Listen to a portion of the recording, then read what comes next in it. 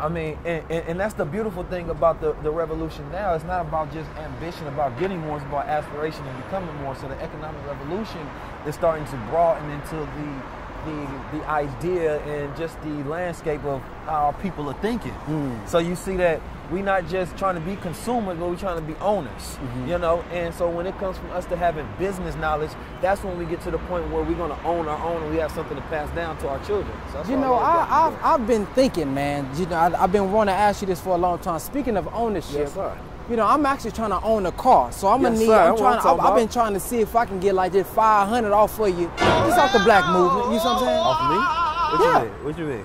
Like I need $500. You know what I mean? You be talking about this economics and black movement. I'm trying to see if I can get 500 off for you. That's not how the black movement works.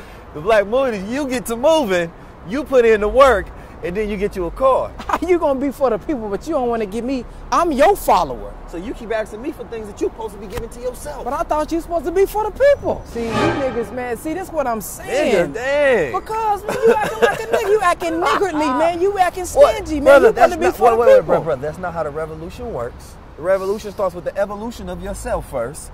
You understand me? Your progress and then community development. If I give you something, that means you don't have the ability to get it on your own, and I will spoil you and rob you of the opportunity of becoming greater. Now, come on, man. Let's get to this movement, man. That's the only way you get moving.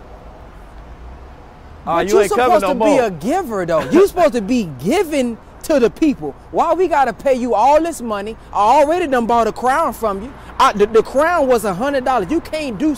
I'm in need right now. I don't have any money. What I learned about manhood is that real men don't like to be given everything. Real men, only boys like to be given. You want your mama to give you something, your daddy to give you something. Real men want to be the provider, wants to be the one that gives. So if you want to be a part of this movement, you got to have something to give, not always having something to ask for.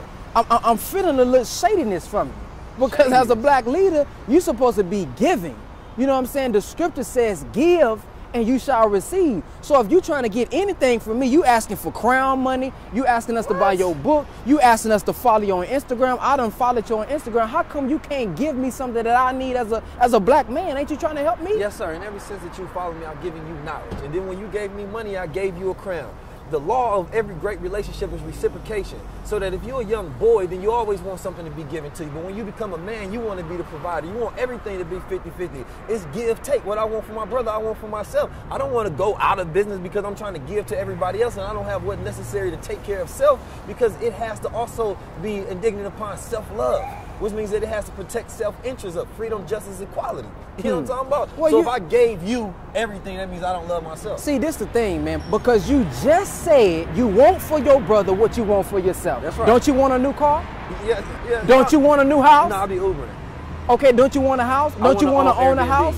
So this is what I'm saying. If you want to own an Airbnb, I don't see why you wouldn't help me own an Airbnb. Because if you want for your brother, if you want for your brother as you want for yourself, when you see me do it, you have to see yourself doing it. So why can't you just give me the money? I've been supporting you. I've shared your stuff. Listen, I'm one of your top supporters. I'm one of your top supporters because I share your stuff on Instagram. I retweet it. I text it to my family members, and I like everything you put out. If I'm your #1 supporter, how come you can't support my dreams? First of all, I appreciate you, brother, for being the #1 supporter. Yes, man. sir. Everything that you give into the black man is going to my family, is going to the reproduction of my business. What you give and what you don't see on the back end is I'm also giving money to my mother. I'm also giving money to my brother. I'm also taking the money that you give into the crown, and so that I can juggle these finances so I can make more money. I'm also taking that money and creating content so that I can put out there and enlighten the masses. So it's not that I'm just sitting here with pockets bulging. I'm using that to sustain the business. See, if a person does everything based on how a person makes them feel or the #1 supporter, then they will have no business at all. That's not how business is ran. You're looking at the result. You're not looking at the process. If you were the type of individual that ever had their own business, then you would fundamentally understand the necessary components involved in running a business. You wouldn't just take all your money and give to your top customers, because that would put you out of business. And some things that you're talking about is talking about giving, but then you're expecting something in return. So that means that you're not doing it from a place of righteousness. So that you're coming to me with this selfishness. You're coming to me saying that I did this so later on that I can use this, and that's the wrong mentality. And if we use that mentality, then we perpetuate that, and we're not doing it out of the kindness of being able to give to our brother to see them succeed. We're doing it so that we can get something else in return. And that's what you use as deceptive intelligence. So what you saying I need to do then, man?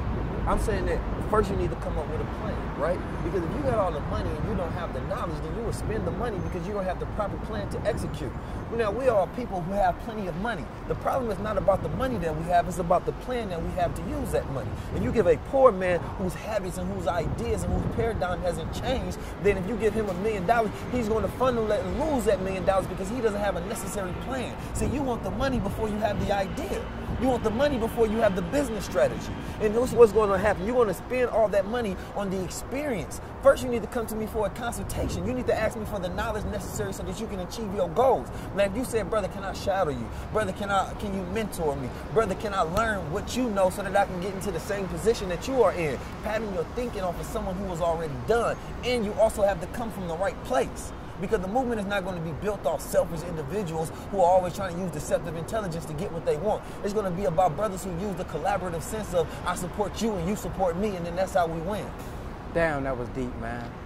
Yes, sir, man. You still my brother. And you got that crown 50% off. Talking about you support us. I tell you what, though. Damn, that goddamn movement. What you mean? Brother.